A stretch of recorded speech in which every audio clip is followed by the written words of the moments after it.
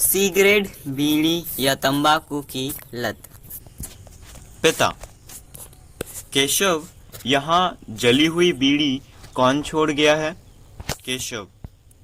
मजदूरन का छोकरा रमुआ पी रहा था, वही डाल गया होगा। कल आएगा तो उसका खबर लूंगा। पिता। नहीं नहीं, खबर लेने की जरूरत नहीं। जैसे तुम बच्चे हो उसी तरह वह भी एक बच्चा है। फिर जूठी बीड़ी छोड़ जाना कोई ऐसा भारी अपराध भी नहीं। दुख तो इस बालक का है कि अभी इस नन्ही सी अवस्था से ही उसके मुंह यह जहर लग गया। केशव। क्या बीड़ी जहर है? पिता। हाँ, जहर तो है ही। बीड़ी, सिगरेट, सिगार, चीरुट और हुक्का सभी जहरीली चीज हैं।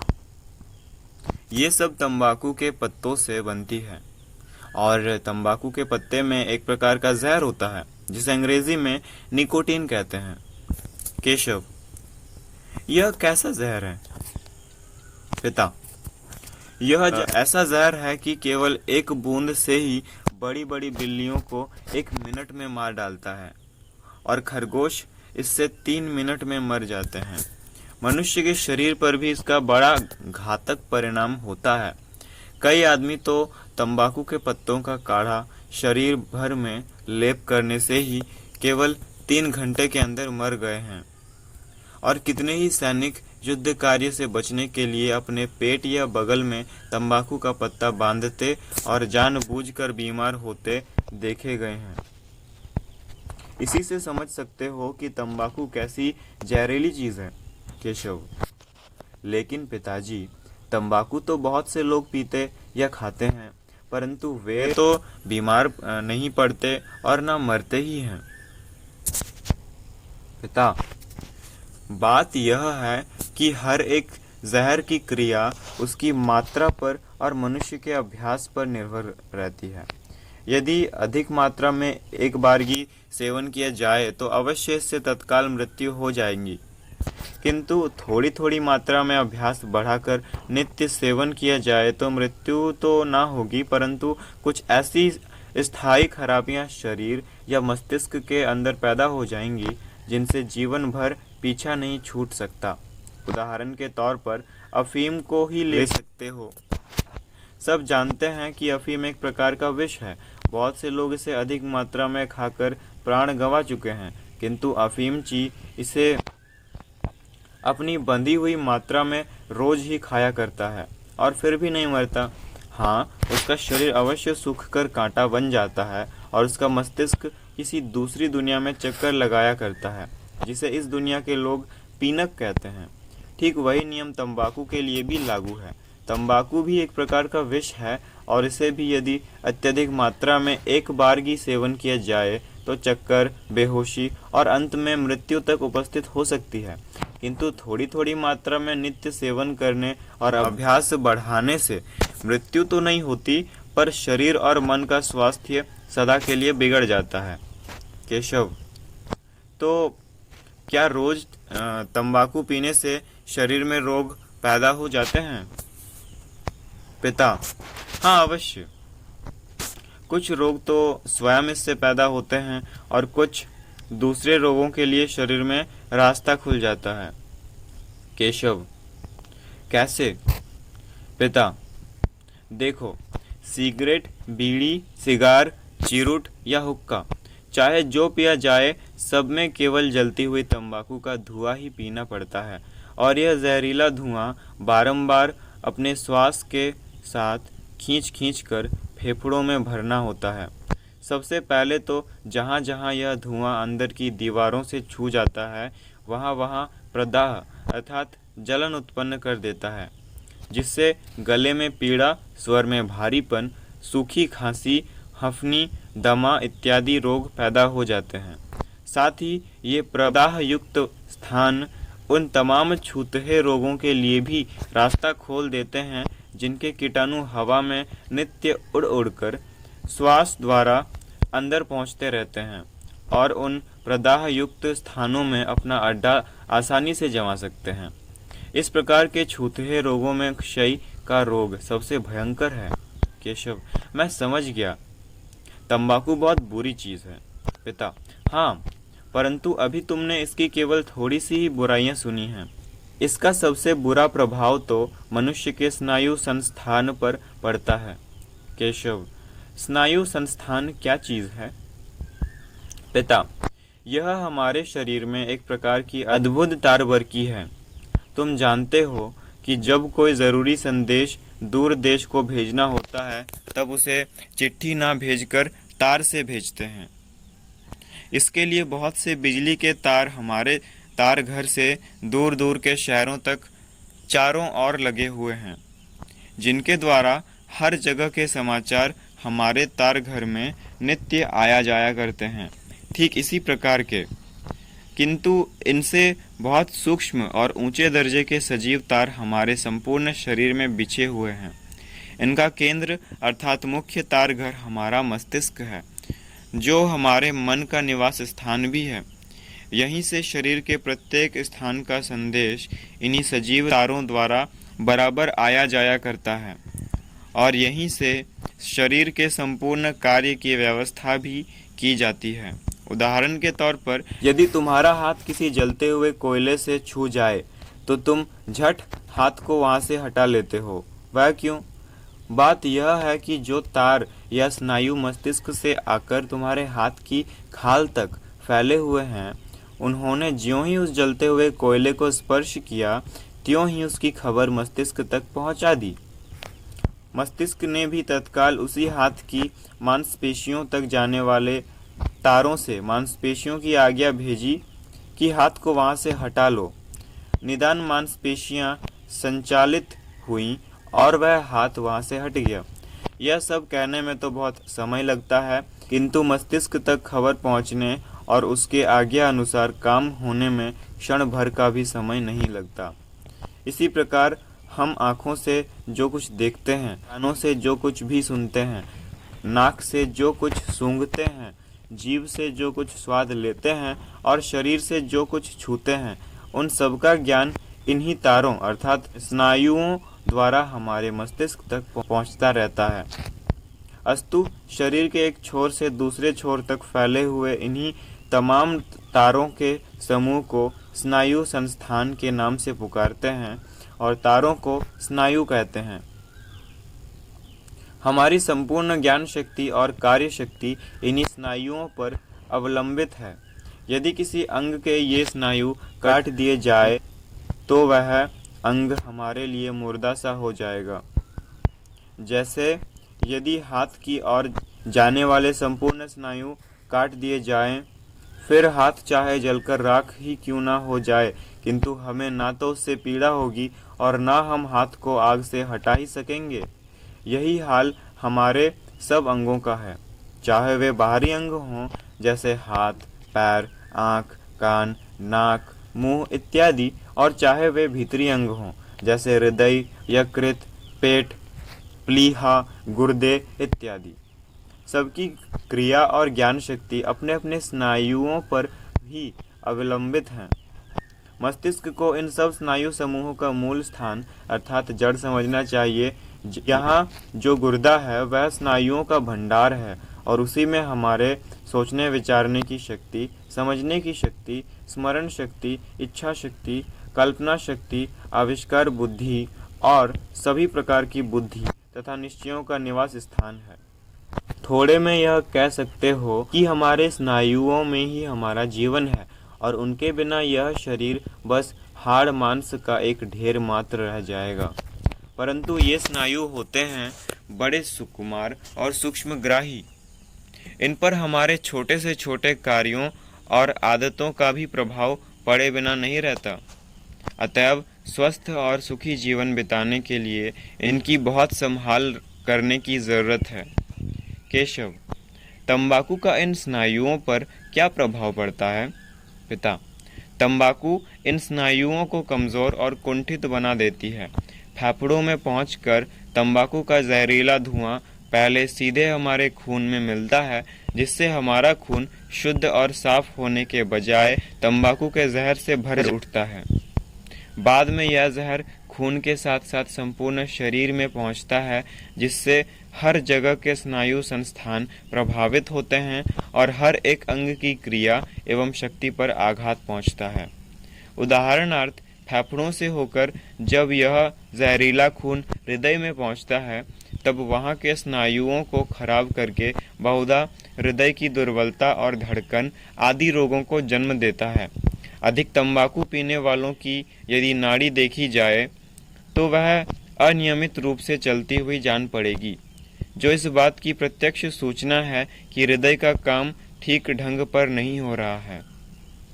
इसके बाद वह जहरीला खून शरीर के अन्य भागों में जाता है और वहां भी तरह तरह की खराबियां पैदा करता है। पेट में जाकर पेट के स्नायुओं को बिगाड़ता है, जिससे अजीर्ण और अग्निमाद्य रोग घेर लेते हैं। मस्तक में पहुंचकर मस्तिष्क को कुंठित करता है, जिससे चित्त की एकाग्रता चली जाती है, विचार शक्ति घट जाती है, स्मरण शक्ति लुप्त हो जाती है, सिर चक्कर करता है और नींद कम पड़ती है। कभी कभी अत्यधिक सिगरेट या सिगार पीने वालों को एक प्रकार का नेत्र रोग भी हो जाता है, जिसे डॉक्टरी भाषा में तंबाकू एम्ब्लियोपिया कहते हैं। यह रोग तंबाकू पीने वालों की आंखों के मूल स्नायु प्रदाह होने के कारण पैदा होता है और आंखों के डॉक्टरों को इसके रोगी बहुधा मिला करते हैं, क्योंकि तंबाकू का प्रचार इन दिनों बेहद बढ़ा हुआ है।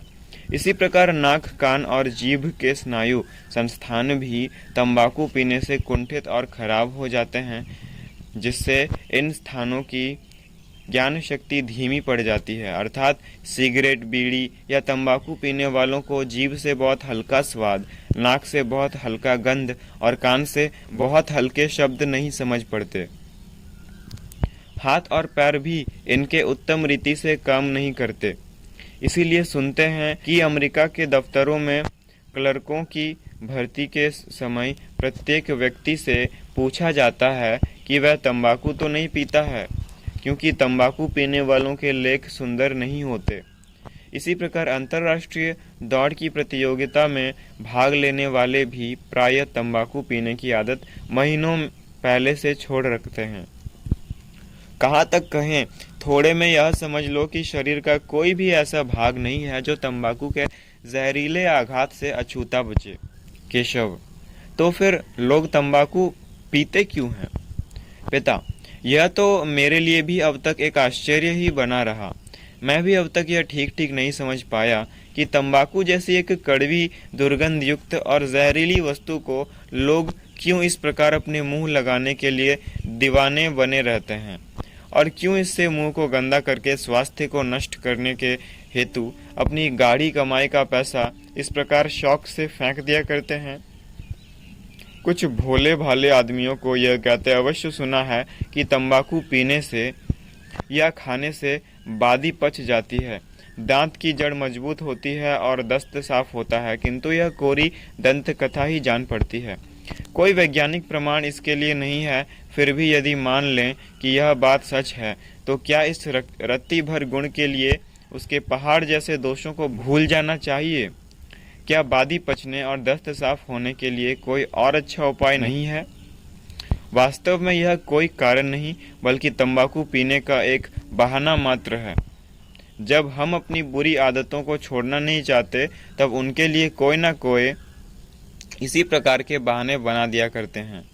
जहाँ तक मैं सोचता हूँ, मुझे तो यही मालूम होता है कि तंबाकू पीने का कोई उचित कारण है ही नहीं, और ना उसका कोई खास उद्देश्य है। आरंभ इसका केवल दूसरों की देखा देखी और नकल करके किया जाता है, क्योंकि नकल करना मनुष्यों का बंदरों की तरह एक पैदाइशी स्वभाव है, और जब एक बार इसकी लत पड़ जाती है तब फिर जल्दी छूटती नहीं, बल्कि दिनों दिन और तेजी पकड़ती जाती है।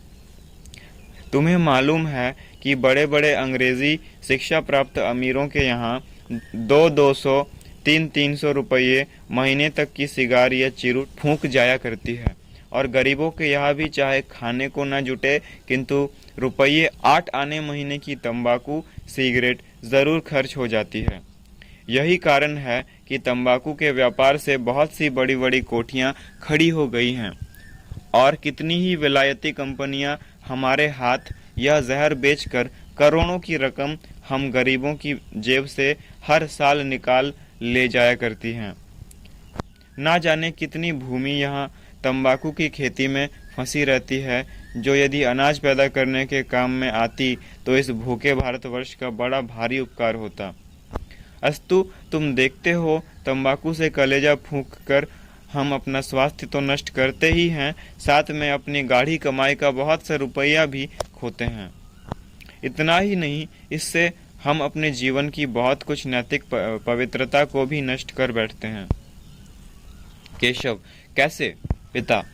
यह मैं तुमको स्वच्छ वायु सेवन के संबंध में बातें करते हुए बतलाऊंगा कि मनुष्य का यह एक नैतिक कर्तव्य है कि हवा को व्यर्थ गंदी ना करे। जो व्यक्ति लापरवाही से हवा को बेकार गंदी किया करता है, वह नैतिक दृष्टि से समाज के प्रति बड़ा भारी अपराधी है। तंबाकू पीने वाला हवा को नित्य गंदी किया करता है और व्यर्थ गंदी किया करता है, क्योंकि इससे उसको सिवा हानि के कुछ लाभ नहीं होता और साथ में दूसरे लोगों को भी उस गंदगी से हानि उठानी पड़ती है। जब और जहां ये तंबाकू पीने वाले जरा फुर्सत में बैठे कि सिगरेट, बीड़ी या सिगार का धुआं उड़ा उड़ा कर हवा को खराब करने लगते हैं। किसी कमरे के अंदर यदि दो एक भी ऐसे आदमी आकर बैठ गए तो थोड़ी ही देर में सारा कमरा दुर्गंध से भर उठता है। जो लोग तंबाकू नहीं पीते, उनके लिए ऐसी जगह बैठे रहना एक भारी तपस्या का काम है।